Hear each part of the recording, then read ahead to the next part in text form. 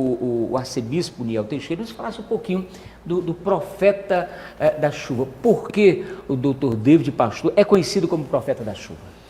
Em primeiro lugar, eu quero dar boa tarde para todos os ouvintes dessa poderosa emissora. Muito obrigado por nos receber com tanta alegria, com tanto carinho. O profeta Dr. David Orr, ele se trata de um renomado cientista na área de genética, com formação nas melhores universidades do mundo, e a sua última formação foi em genética, onde ele fez doutorado na Universidade de Haifa, em Israel. Em seguida, ele se dirigiu para os Estados Unidos, onde ele trabalhou em diversas universidades de renome. Entre elas, trabalhou na Universidade de Nova Jersey. Ele é queniano, né? Ele é queniano, a origem dele é queniana. Trabalhou também na NASA com experimentos entre pilotos de aviões na área de genética.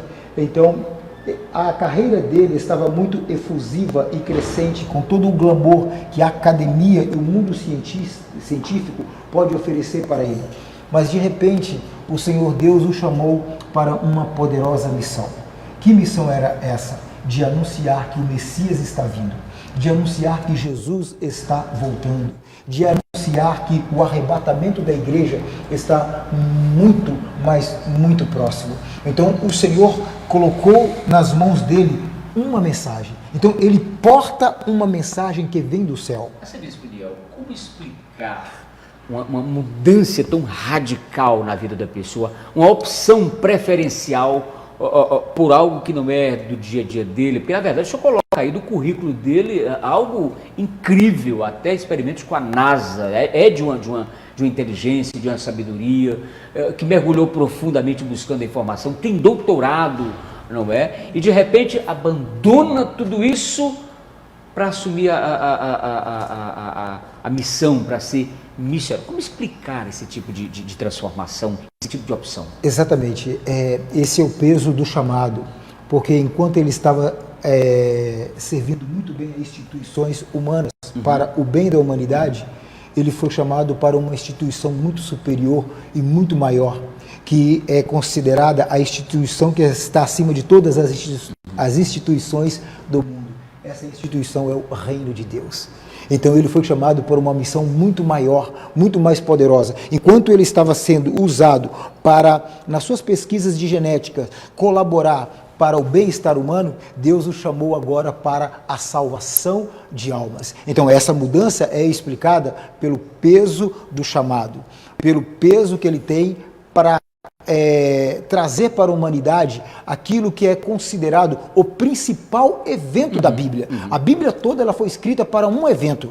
A Bíblia toda foi escrita para um momento. Qual é o momento? O arrebatamento da igreja. O dia em que o Senhor Jesus vai buscar a sua igreja e vai levar para o céu.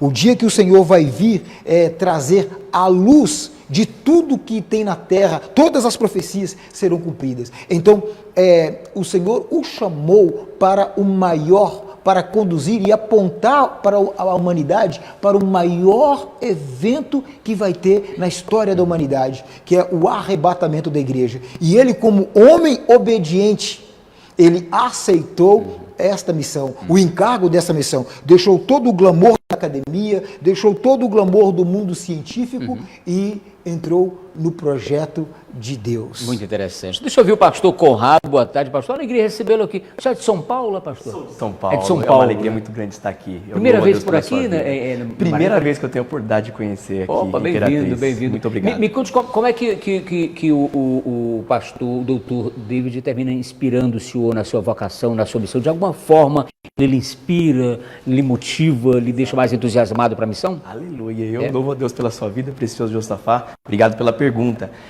O precioso profeta David Orr, ele me inspira e ele impactou a minha vida e a vida da minha família, dos meus queridos amigos, com o evangelho da cruz e do sangue. Então a cruz, ela aponta para que nós possamos morrer, né? A morte do eu para que Cristo possa viver através de nós, e o evangelho do sangue, que aponta para o arrependimento. Então, quando eu tive contato com esse verdadeiro evangelho, eu senti que ele trazia um temor diferente, que é o princípio da sabedoria, como diz as Sagradas Escrituras. Então, através desse evangelho puro, genuíno, que foca nas coisas dos céus e não nas coisas da terra, ele foi me transformando. E graças ao bom Deus, hoje eu tenho a oportunidade de estar junto para propagar esse evangelho puro e genuíno. O senhor é homem da comunicação, não é? Já dos meios de comunicação, conhece muito bem esses meios de comunicação. Ainda milita ou também renunciou e hoje é missionário? É. 100% e agora estou focado aqui no verdadeiro evangelho. Muito obrigado pela pergunta. Bem, uma alegria recebê-lo, viu? Uma alegria recebê-lo. Pastor Clebson Bandeira, como é que é para a Imperatriz receber o arcebispo Niel, receber o pastor Conrado, receber o doutor David, hein? Pai de São Jesus a todos, abençoe amigo Josafá. Nós estamos no mês de evangelização. Esse mês é aquele mês dos drive-thrus que a gente coloca na rua, evangelismos, sim. impacto. Então, como é o evangelismo global, o mês de maio, então Deus mandou delegações do mundo inteiro, junto com o doutor e profeta David Wall.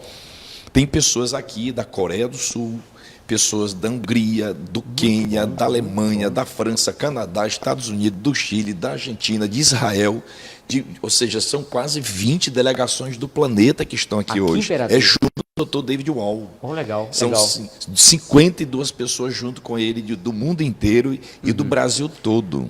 Desculpa, professor, a produção está me dizendo que tem umas imagens aí, coloca aqui nessa tela grande, coloca para o telespectador também. Olha, essa cruzada aqui, eles podem estar explicando melhor. Isso foi de ontem, um evento de ontem? Não, isso aqui é cruzada na África, com cerca de 7 milhões de pessoas reunidas em um só lugar.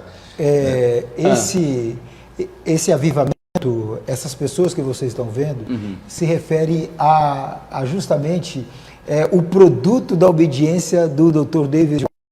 Ele obedeceu ao Senhor quando ele abandonou tudo para trazer o evangelho, mostrar para as pessoas que o arrebatamento da igreja estava próximo. Então, com isso, ele conseguiu, com esse evangelho, milhares de pessoas hoje são 20 milhões só de pessoas do ministério do Dr. David Wall, que é o ministério de arrependimento e santidade. Mas são curas, né? Exatamente. Curas divinas acontecendo. Então, numa só reunião, em torno de 6 a 7 milhões se reúne num espaço de 110 hectares, 6 a 7 milhões numa só reunião.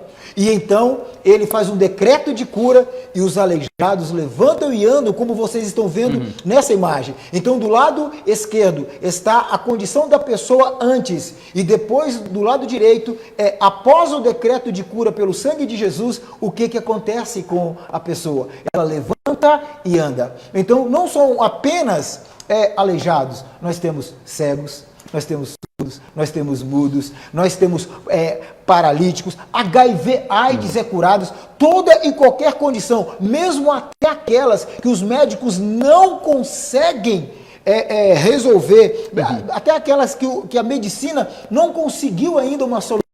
O sangue de Jesus aquelas que a ciência poderoso. não explica. Não, a ciência não explica, mas o sangue de Jesus, porque no sangue, a Bíblia diz que no sangue há vida. Qual vida? A vida de Deus. E quando Deus decreta, o profeta decreta o sangue de Jesus, a vida do próprio Deus, que tem em si a própria criação, entra na pessoa e aquela perna que era paralisada, ela recebe vida e começa agora a andar. O olho que estava morto, que nunca teve vida, o sangue de Jesus, que é a vida do próprio Deus, entra naquele olho e pá, a pessoa começa a ver também. Muito bom. Pastor Clebson Bandeira, a programação para a Imperatriz. Ele gosta muito como ele é doutor, cientista, ele gosta de juntar muita ciência com a fé. Então, hoje, a partir das 3 da tarde, vai ter uma equipe de médicos voluntários que estarão lá posicionados para receber as pessoas doentes, os paralíticos, cegos, pessoas com diabetes, com tumores. No Templo Central?